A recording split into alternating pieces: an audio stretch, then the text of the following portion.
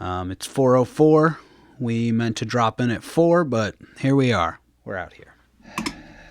Today I was going to build a pickup, but because I don't have all of the parts with me, I am instead going to take a look at this bass guitar that I have. This is actually the first bass guitar I bought myself. First of all, I overpaid for it because I bought it as though it was brand new in perfect condition, but ever since I got it here, I'm going to try and... Can you hear this? You hear that shaking? I don't know if you can hear it in the mic. You can really hear it up at the top here. I didn't know what that was, but recently I decided, okay, I'm just going to take it to big dudes and see what they can do. Pretty much immediately, I was told that the truss rod is broken inside of it, and not only is it broken, but it is shredded. Someone tried to, I don't know if you could even see that.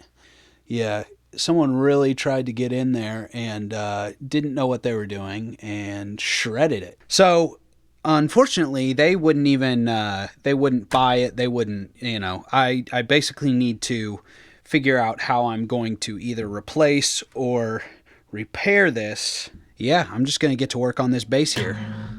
So I'm first going to pull off the strings. I could cut them, but honestly, even though they are a little tattered, I'm going to just try and save them for this time. It doesn't sound bad, actually.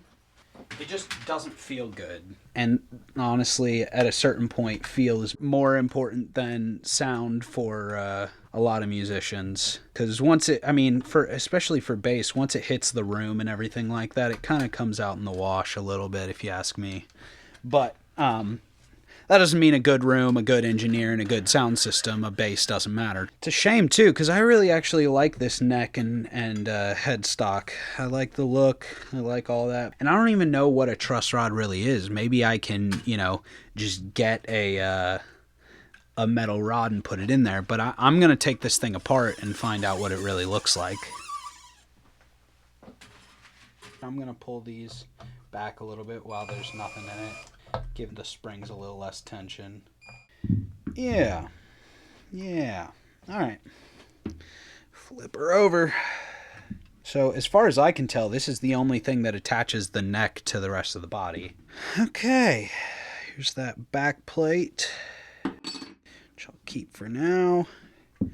Here is the head itself. But I'm going to set this aside for now. Yeah, I might just pull all of these off and see what, I don't know how else I would get to it. It's like peeling up the fretboard doesn't really seem worth it. Let's first pull out this bad boy. This is just a route for the D and G strings. So now we're into the good bits. So this is quite interesting, actually. This ring is just glued in there. So you get the back end out, and it just comes out. It's this nice little mechanism. Let's just continue onward. At a certain point, I'm just kind of salvaging it for parts. This neck doesn't really serve me any purpose, other than maybe a decoration or something. I don't really... if the truss rod in there is stripped, there's really no point in going in there and trying to fix it, from my understanding. Alright, well, got them all off. I'm curious as to what's going on in here, because it really does feel pretty sturdy. Well, let's go do some research.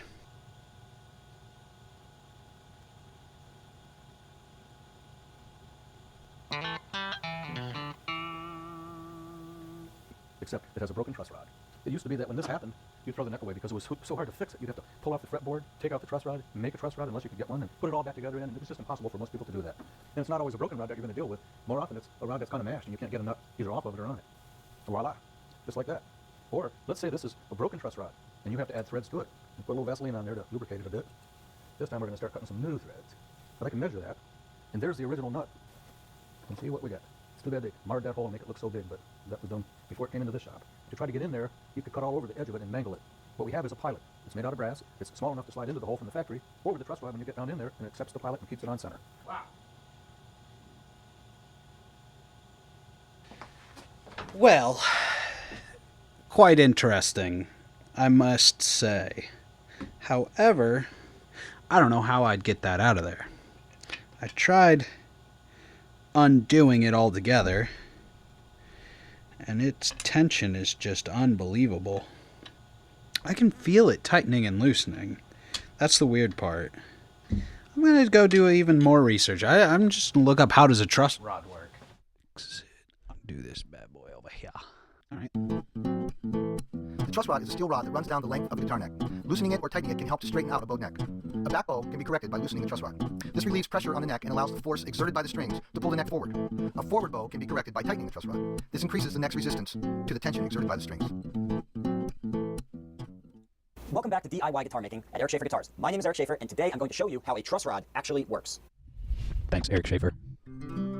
But none of these solutions were adjustable until the compression rod. Nowadays, we often call this a single action or a one-way truss rod because it only adjusts in one direction. But there's nothing this type of truss rod can do about a back bow. Today, most modern guitars have a double action, or also called a two-way truss rod, because this can adjust both ways to counter either a forward bowed neck or a back bowed neck. So we have a flat bar at the top here, to which two nuts are welded to each end. A threaded rod passes through the two nuts. So then, because of those opposing thread directions, as I turn the truss rod clockwise, the threads are going to be pushing on the regular nut and at the same time pulling on the reverse threaded nut, which is going to force that flat bar upward. Yeah.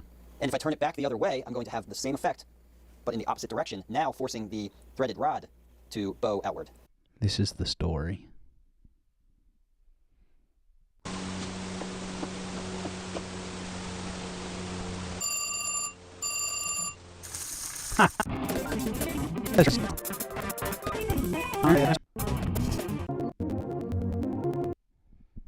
Yeah.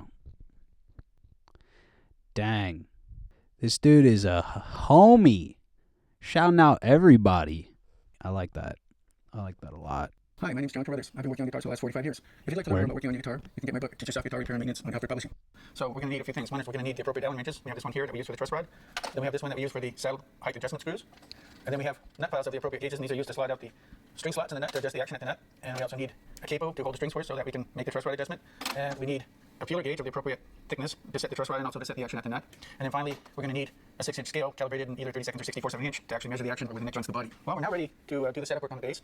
It's very important that we do our adjustments in the proper sequence. We do the truss rod adjustment first, as it's the foundational adjustment. Then we do the action at the bridge and the action at the nut, and then finally we set the string length. It's also very important to do it in playing position because if you set the instrument on the bench, the weight of the instrument will actually bend the neck and throw the adjustments off. So you always want to try and do the adjustments when possible. I kind of want to pull up the fretboard altogether just to see. I've come to the conclusion that there's not much that I can do about this bad boy here. So I'm going to pop out these rings here just to get everything out of it.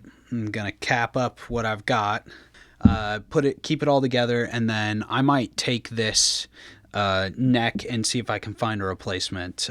There's a music store at Picks and Sticks that has quite a bit of a selection of different necks and bodies, and when I'm out there next, I'll stop by and see if I can get what I need. That should do the trick.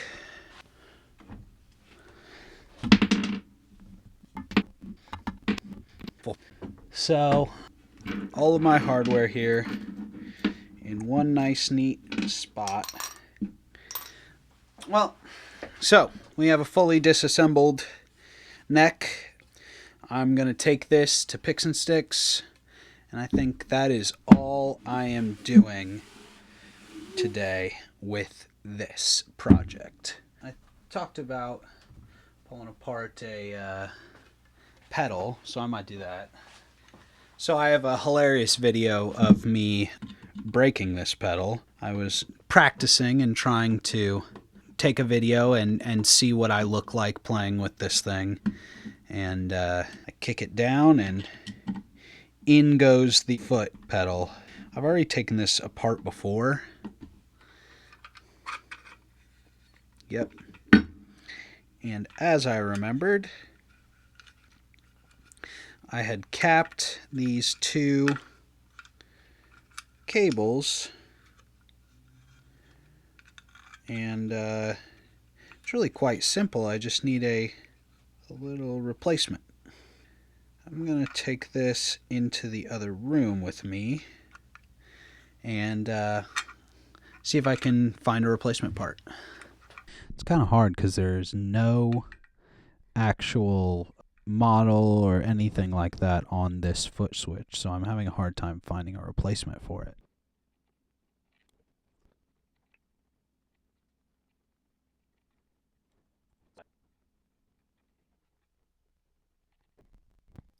Yeah, so it's a momentary switch into a PCB board.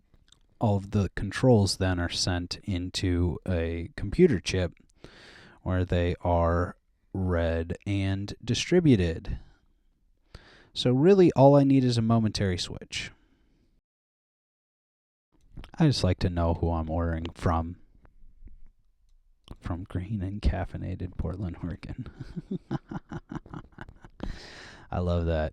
Dang, they've got breadboards and everything. Now I'm just kind of looking around. It's kind of a cool site. I'm going to go back to the thing I was going to get. I'm going to switch to intermission, and I'm going to order this because I don't need y'all seeing my info. Ordered and ready to work on. All right, another project.